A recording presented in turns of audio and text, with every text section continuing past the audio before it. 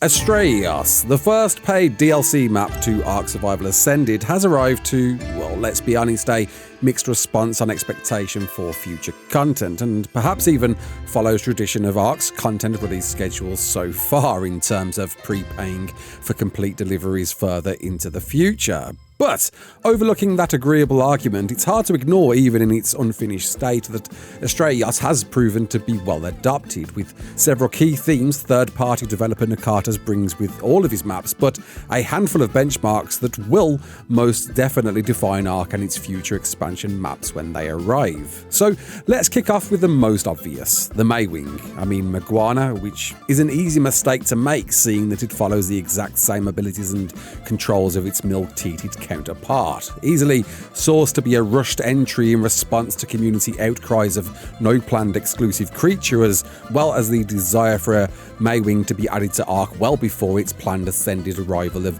Genesis Part 2, currently dated for August 2026. The lizard-looking variant arrived to the most controversial of issues with the map's launch, and leaves some reflection on where could Wildcard possibly win a positive response. But it's here to stay, and to those accepting, a welcomed addition offering the most versatile travelling mount in the game, overlooking it being an incredibly early game tame as well as its berry and fibre gathering, weight reductions and baby nursing functions to allow breeders a much easier grind. And those less accepting, at least the first DLC you'll be able to tame and own whether you own the map it resides on or not.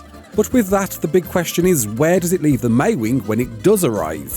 The Genesis 2 Underdog flagship glider, when it does arrive sometime in late 2026, now offers very little else apart from being a fluffy counterpart to its scaly forerunner, and being one of the 6 tameable creatures introduced with the storyline's finale, removes itself as one desire to pursue transferring to the live ship.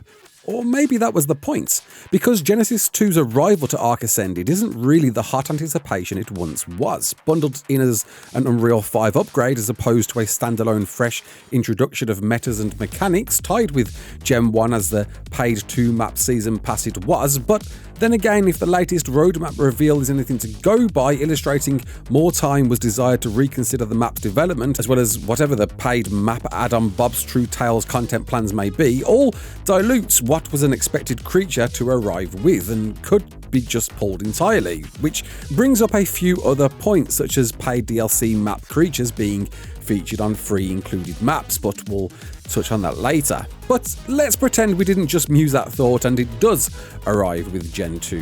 What sparks interest to tame one? Is the fact you don't have to pay to access its lizard variant enough, or should it be offering a few new features under its belt to compensate its variant? And if that, what if it offers too much to undermine any desire to tame a Maguana at all? The answer may be that it'll need a complete revision altogether, focusing more on its nursing features perhaps, and balancing its gliding abilities to be inferior to a Maguana. Perhaps a focus on other breeding mechanics such as full imprinting babies all the way to adult, which in turn does slightly hinder the 2x imprint bonus offered with Procoptodon breeding, or Gigantoraptor imprint bonuses, but owed to a lengthy wait for the map's arrival and maybe a desire for some fresh nursing system mechanics, could be a welcomed one.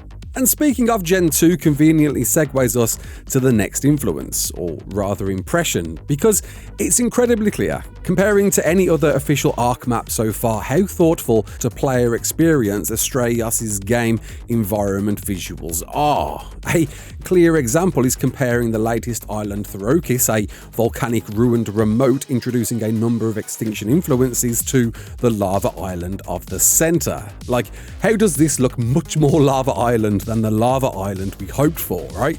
Well, there's a couple of theories to consider, one being the simple adoption of Unreal 5 and allowing the engine's whiz and bangs to take over on giving the facelift each map has received so far, but was a big criticism, especially looking at the centre, losing all of the character and flair the island was known for, and something I'm sure Nakatas may have been considering feedback himself when painting the map's visuals in. Unreal 5 is still perhaps an ever-developed fresh engine that clearly needs adopting with time and experience under the belt, and is demonstrated further with Extinction's ASA revision looking the best adaptation by Wildcard yet. But one thing we can all agree on, including Nakatas, is grass. Why our character models should be consistently swallowed by the environment's foliage just serves to dampen the visual experience. Granted, a prehistoric overgrown world would warrant dwarving one to their surroundings, but being able to make a player model that is smaller than every shade of grass is still one of the most confounding experiences in a very clearly Unreal 5 mapping influence. Spending a short few minutes on Astraeos will make it very clear this feedback was considered, where almost every region's considering the player's visuals, and certainly should, in desire to remain attention to the player's objective and leave distractions to other distant map aesthetics. Yes, there are in-game commands to lower the grass settings and a 5-minute mute if you commented r.grasscale, but the fact is, I shouldn't have to do that. The game developer should be offering me the base visual experience they want me to have. And surely that's not to spend every waking hour running into green paper cuts. And look, there's some fantastic eye candy offerings otherwise in every map so far, but just chill on the grass, man. Kartas gets this, offering wide empty playing fields to ride your steeds through that feel anything but, with character thrown in through path, separation, rivers and landmarks, and soak in the adventures beyond than be blinded by grass. And hey, have you ever wondered why Ragnarok and Fjorda were held in such high regard as the go-to maps in Survival Evolved for a majority of players? Well, it could be the beautiful maps that they were, right? Each brimming with adventure and side quests, bringing together even more diverse biomes and regions than the maps before them in some of the biggest maps the game had to offer. Or it could have been the reintroduction of previous map unique creatures all being available to tame, right? Ragnarok kicked off this theme with previously Scorched Earth exclusive creatures in a dedicated region delivered as a mini version of the hot and heavy map. And then, well, Fjorda gave us almost everything. A solid selection of creatures from all previous DLC maps in an otherworldly fantastical setting that had me expecting why we wouldn't see this until the end of Ascended's planned redesigned redelivery of all previous maps. And Astraeos seemingly plans to do the same. In fact, already has to some degree, with a majority of Extinction's creatures available, with the rest following the next major updates as well as a selection of Scorched Earth creatures. But if the following Excel sheet is anything to go by, and perhaps should be with caution suggesting all as maybes, we could be finding almost every creature on this map as and when each expansion story map arrives. And look, I'm not saying that's a bad thing. Creatures, dinos, beasts to tame is arguably ARK's biggest draw to date, and if there's one map you can remain on and tame almost all of them, which map are you going to choose to reside on, right? The unforeseen concerns are, though, could this dilute all of the maps to arrive later on to be less attractive, or could we find this being a trend for even more maps in the future? With the door open on Astraeos' arrival, only time will tell when Ragnarok arrives, and if it lives up to the crown it once owned for several years. But if it doesn't, you'll now be left wondering if that was really partly the reason. Or maybe you won't, because map delivery is a completely different Ascended beast now. ASE introduced many of these cool new go-to creatures through paid DLC maps. And well, ASA doesn't. You've already got these planned maps and creatures included with your initial purchase of Ascended, so where's the desire to force any of these creatures to any map at all?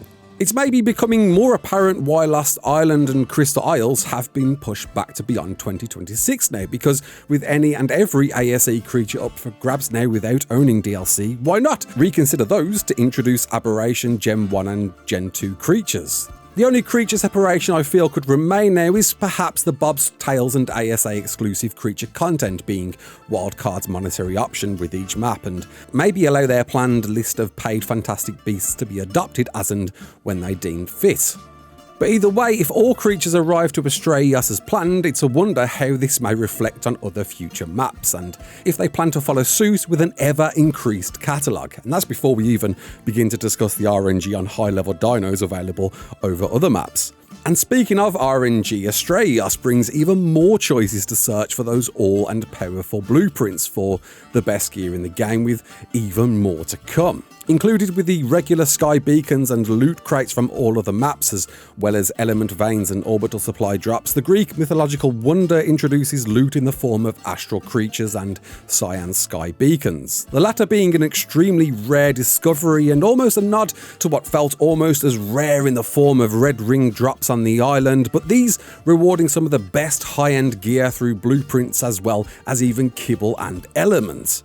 It's a perfect delivery of RNG. Being in the same ballpark as much lower tier blue drops will forever keep your eyes playing tricks on you in the hope you've discovered one. Rewarding just a balanced enough reward for a keen eye and a speedy time to run into in a time where kibble and element is plentiful enough through other game mechanics. And a staple entry from Nakatas, introducing something similar with his previous maps, Svartalfheim, but now officially networking with ARK story maps. Would it be reasonable to suggest this could backdate influence on those maps too, or further maps planned to drop in the future?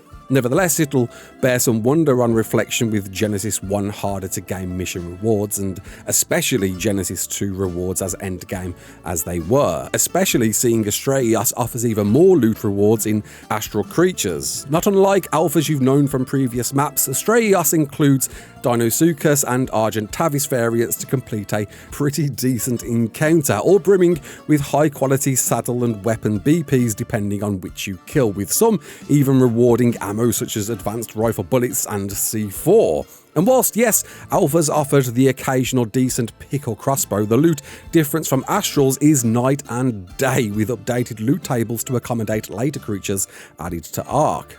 A pleasant and welcomed consideration from Nakatas, but in doing so needs to push some consideration to alphas on other maps, and especially the maps to come. With new alpha variants introduced opens the door to follow at least the same suit with every other ARK map to arrive, and maybe consider their own unique alpha variants on top. And as mentioned, even more loot opportunities are planned to arrive with Astraeos in the form of mini-bosses, leaving a wonder how it'll compare to Ragnarok's Iceworm Queen and Lava Elemental, or Valguero's Wandering Broodmother, which leaves us with the big red and white flag I'm sure you've probably commented on already, which is partner-developed incomplete DLC maps. Being a fair and reasonable argument from many to disagree supporting, it's a moral struggle to align with in respect to the developer's reputation and undoubting expectation to deliver when complete. Undisclosed on sales, it does seem to have been reasonably adopted at launch from the majority existing community, but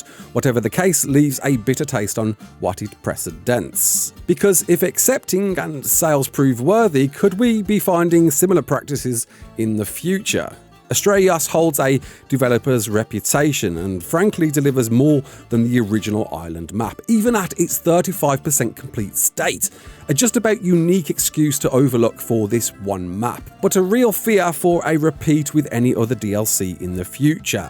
What could and should have been a resounding welcome overshadowed a decision that baffles the unknowing community and dreading concern on what investors may consider getting away with again. Fortunately for me and many others, this one scenario can be overlooked with what's delivered and what's promised, but combined with so many incomplete premium maps and in fact an incomplete game, the live service practices ARK's been known for feels abusively capitalising more and more, in turn watering down what should be truly premium or paid for, and just to hope this never influences to repeat again. But believe it or not, there is an upside. This is a first for ARK. DLC maps partnered with a third party to continue updating on a smaller developing team level, and therefore meaning a much closer eye on pushing out patch improvements and content as quickly as possible without too many chiefs needing their approval. And if adopted well, but considered in completion next time, could find even more third-party DLC maps in ARK's future. Whilst Ascended's release schedule has been pretty successive so far, it's easy to forget the long gaps between Evolved's map additions, and begs a wonder, once the initial Unreal 5 remastered maps are finished, could we be finding many more of these to fill the void, in turn inviting the next practicing mod author for them to attain the ultimate prize of being a map added to the official roster. And to remind you once again, the map is 35% complete. With a wonder what else could Nakatas bring to the table, and hopefully inspire even more waves of ideas as we reach that full 100% completion. Thanks all for tuning in. If there's anything I missed or you agree or disagree, go wild in the comments below. My name's Raasclark. Don't forget to like, share and subscribe, and as always, peace out.